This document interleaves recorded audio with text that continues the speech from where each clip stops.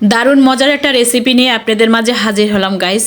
ভিডিওটা সম্পূর্ণ দেখুন। বরিশালের রেসিপি বলে কথা, বরিশালের ট্রেডিশনাল খাবার বলে কথা। যাই হোক, আসসালামু আলাইকুম এভরিওয়ান, সবাই কেমন আছেন? আশা করি সবাই ভালো আছেন। আমিও আল্লাহর রহমতে অনেক অনেক ভালো আছি। তো রেসিপিটার নাম হচ্ছে বিস্কি। তো বিস্কিটা আমি কিভাবে রান্না করি আপনারা দেখতে থাকুন। এখানে আমি লাল চাল নিয়েছি, আউশ বলেন আর আমন বলেন, আমি ওই চালটাই নিয়েছি। লাল চালটা দিয়েই ভালো হয়। তো চালটা আমি ভালো করে ধুয়ে পরিষ্কার করে পানি ঝরিয়ে এখন ভেজে নিচ্ছি। ভেজে নিয়ে এখন আমি ওই গরম অবস্থায় পানির ভিতরে দিয়ে দিচ্ছি। আমি চালটা ভিজায় রাখবো অনেকক্ষণ, প্রায় 5-6 ঘন্টার মতো আমি ভিজায় রাখছিলাম। আর দেখুন ফুলে একেবারে টইটম্বুর হয়ে গেছে। এখন আমি পানিগুলো ঝরিয়ে নেব। আর চাল তো আগেই ভালো করে ধোয়া ছিল, তারপরও আমি আরেকটা ধোয়া দিয়ে তারপরে পানিগুলো ঝরিয়ে নিলাম।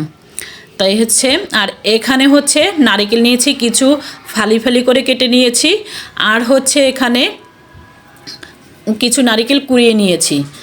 আর এখানে আছে তালের গুড়, আপনারা ইচ্ছা করলে খেজুরের গুড়ও নিতে পারেন। তো আমার বাসায় তালের গুড় ছিল, আমি তালের গুড়টাই দিব।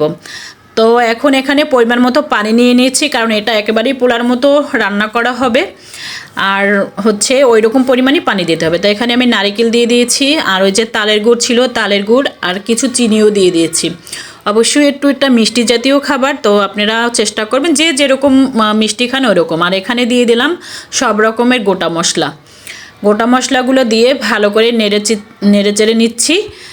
আর পানিটা যখন ফুটে যাবে তখন এই যে ভাজা চালগুলো দিয়ে দেব। ভাজা চালগুলো দিয়ে ভালো করে নেড়ে চেড়ে ঢেকে দিচ্ছি। আর এখানে কিছু জিরা আমি ভেজে রেখেছিলাম, সেই জিরাগুলো এখন দিয়ে ভালো করে নেড়ে চেড়ে নিচ্ছি। নিয়ে আমি এখন ঢেকে দেব। আর এই যে দেখুন হয়ে গেল আমার মজাদার বিস্কি।